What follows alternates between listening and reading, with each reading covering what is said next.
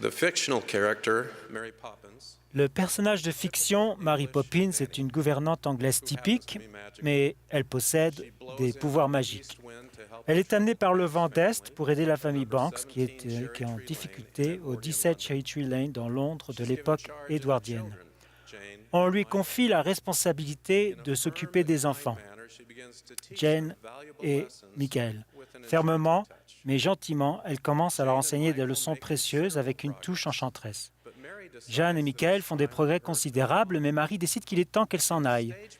Dans la version théâtrale, Berthe, l'ami ramoneur de Marie, essaie de la dissuader de partir.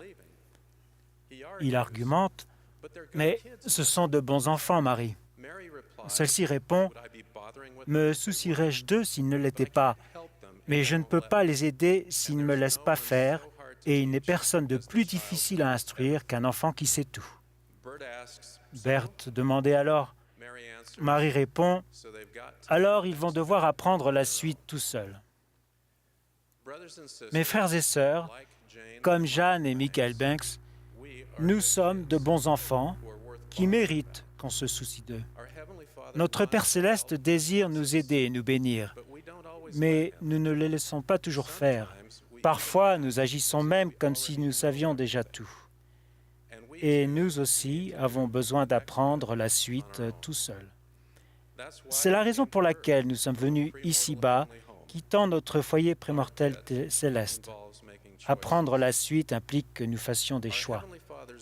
En tant que parents, le but de notre Père céleste n'est pas que ses enfants fassent ce qui est juste, mais qu'ils choisissent de faire ce qui est juste et deviennent un jour comme lui. S'il voulait simplement que nous soyons obéissants, il se servirait de récompenses et de punitions pour influer sur notre comportement. Mais Dieu ne désire pas que ses enfants deviennent des animaux de compagnie bien dressés et obéissants qui ne mordiront pas ses pantoufles dans le salon céleste.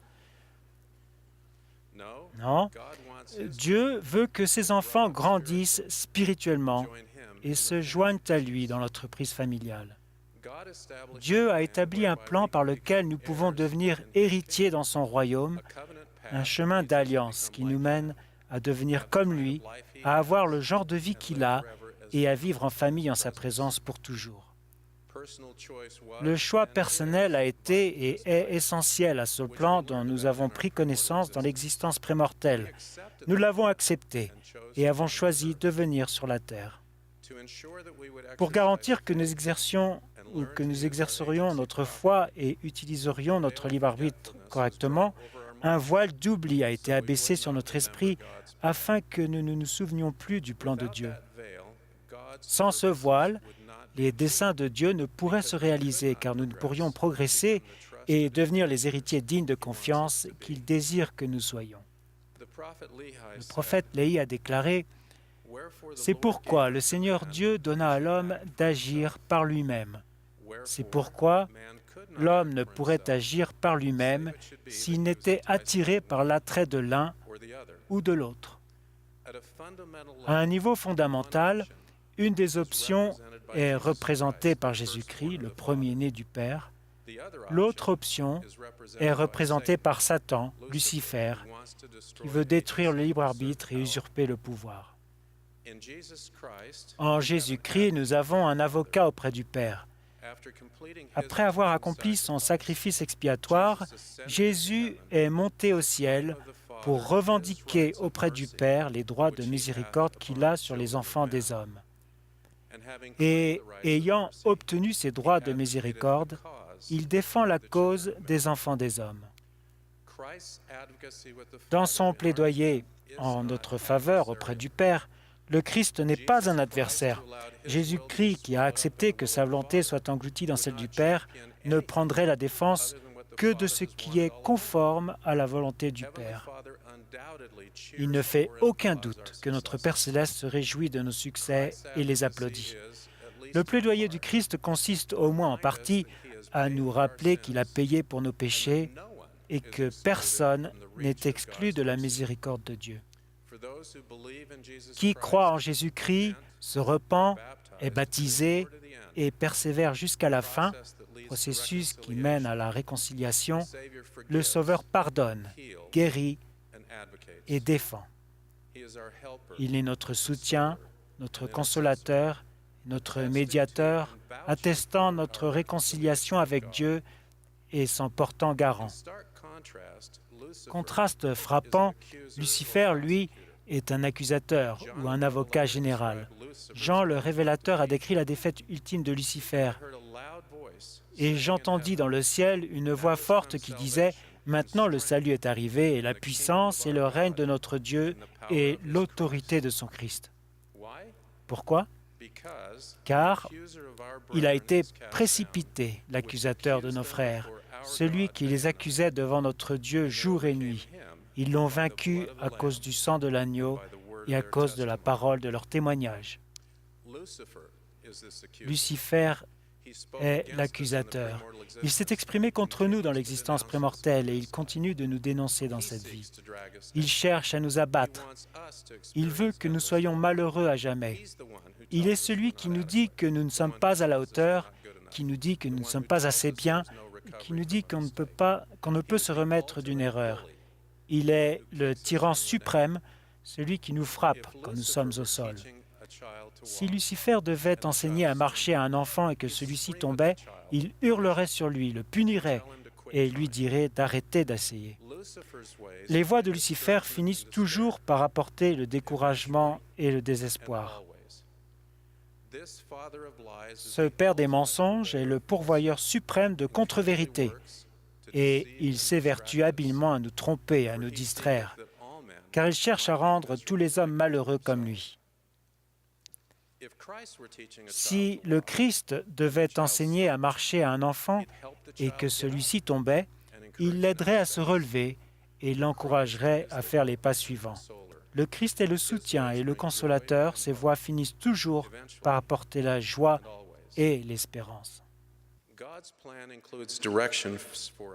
Le plan de Dieu contient des directives à notre intention. Elles portent le nom de commandements dans les Écritures. Ces commandements ne sont ni un assortiment fantaisiste, ni une collection arbitraire de règles imposées n'ayant pour but que de nous former à être obéissants. Ils sont liés à notre capacité d'acquérir les vertus divines, à notre préparation pour retourner auprès de notre Père céleste et recevoir la joie éternelle. Nous n'obéissons pas à l'aveugle à ces commandements. Nous choisissons en connaissance de cause Dieu et son chemin qui ramène à la maison. Le modèle qui nous est donné est le même que pour Adam et Ève. Dieu leur donna des commandements après leur avoir fait connaître le plan de rédemption. Bien qu'il veuille que nous marchions sur le chemin d'alliance, Dieu nous accorde la dignité de choisir. En effet, il désire, attend et commande que chacun de ses enfants choisisse par lui-même. Il ne nous forcera pas. Par le don du libre arbitre, Dieu fait en sorte que ses enfants puissent agir par eux-mêmes, non qu'ils soient contraints. Le libre arbitre nous permet de marcher sur le chemin ou pas. Il nous permet d'en sortir ou pas. Pas plus que nous ne pouvons être forcés d'obéir, nous ne pouvons être forcés de désobéir. Personne ne peut, sans notre coopération, nous faire quitter le chemin. À ne pas confondre avec les personnes dont le libre arbitre a été spolié. Ils ne se sont pas égarés, ce sont des victimes. Dieu les comprend, les aime et a compassion d'elles. Mais quand nous quittons le chemin, Dieu est triste, car il sait qu'un jour, invariablement, cela conduira à l'altération de notre bonheur et à la perte de bénédiction. Dans les Écritures, quitter le chemin s'appelle péché, et l'altération du bonheur et la perte des bénédictions qui en résultent sont appelées châtiments. Dans ce sens, ce n'est pas Dieu qui nous punit. Le châtiment est une conséquence de nos choix, et pas des siens. Quand nous nous apercevons que nous avons quitté le chemin, nous pouvons rester en dehors, ou bien nous pouvons, grâce à l'expiation de Jésus-Christ, choisir de faire le marche arrière et de revenir sur le chemin. Dans les Écritures, le processus consistant à décider de changer et à revenir sur le chemin est appelé le repentir. Ne pas nous repentir signifie choisir de nous disqualifier et de nous priver ainsi des bénédictions que Dieu désire nous accorder. Si nous ne sommes pas disposés à jouir de ce que nous aurions pu recevoir, nous retournerons dans notre lieu propre pour jouir de ce que nous sommes disposés à recevoir. Ce sera notre choix, pas celui de Dieu. Peu importe depuis combien de temps nous avons quitté le chemin ou la distance à laquelle nous nous sommes éloignés, dès que nous décidons de changer, Dieu nous aide à revenir. Du point de vue de Dieu, si nous nous repentons sincèrement et marchons résolument, avec constance dans le Christ, une fois que nous sommes revenus sur le chemin, c'est comme si nous ne l'avions jamais quitté. Le Sauveur paie pour nos péchés et nous libère de l'altération de notre bonheur et de nos bénédictions qui nous menacent. Dans les Écritures, cela s'appelle le pardon. Après le baptême, tous les membres glissent hors du chemin. Certains y sautent même. C'est pourquoi exercer sa foi en Jésus-Christ, se repentir, recevoir son aide et être pardonné ne sont pas des événements uniques, mais constituent le processus de toute une vie, un processus répétitif et itératif. C'est ainsi que nous persévérons jusqu'à la fin. Nous devons choisir qui nous servirons. Le degré de notre bonheur éternel dépend de celui auquel nous choisissons le Dieu vivant et nous nous joignons à lui dans son œuvre. En nous efforçant de faire les pas suivants par nous-mêmes, nous nous exerçons à utiliser notre libre arbitre correctement. Comme deux anciennes présidentes générales de la Société de secours l'ont déclaré, nous ne devrions pas être des bébés ayant besoin d'être cajolés et corrigés tout le temps. Non, Dieu désire que nous devenions des adultes raisonnables et autonomes.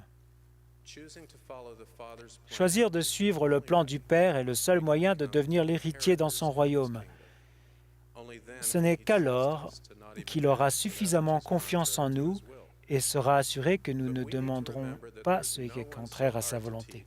Mais nous devons nous rappeler qu'il n'est personne de plus difficile à instruire qu'un enfant qui sait tout. Donc, nous devons être disposés à être instruits à la manière du Seigneur par lui et ses serviteurs. Nous pouvons avoir l'assurance que nous sommes des enfants aimés de parents célestes qui méritent qu'on se soucie d'eux et que faire les pas suivants par nous-mêmes ne signifiera jamais les faire seuls. Comme Jacob dans le livre de Mormon déclare, « C'est pourquoi que votre cœur prenne courage et souvenez-vous que vous êtes libre d'agir par vous-même, de choisir le chemin de la mort éternelle ou le chemin de la vie éternelle. C'est pourquoi, mes frères et sœurs bien-aimés, réconciliez-vous avec la volonté de Dieu et non avec la volonté du diable. Et souvenez-vous, lorsque vous serez réconciliés avec Dieu, que ce n'est que dans et par la grâce de Dieu que vous êtes sauvés. Alors choisissez la foi en Christ, choisissez le repentir, choisissez d'être baptisé et de recevoir le Saint-Esprit, choisissez de vous préparer consciencieusement à la Sainte Seine et de la prendre dignement, choisissez de contracter des alliances au Temple et choisissez de servir le Dieu vivant et ses enfants. Nos choix déterminent qui nous sommes et qui nous deviendrons. Je termine avec la suite de la bénédiction de Jacob. Puisse Dieu vous relever de la mort éternelle par le pouvoir de l'expiation, afin que vous soyez reçus dans le royaume éternel de Dieu. Au nom de Jésus-Christ. Amen.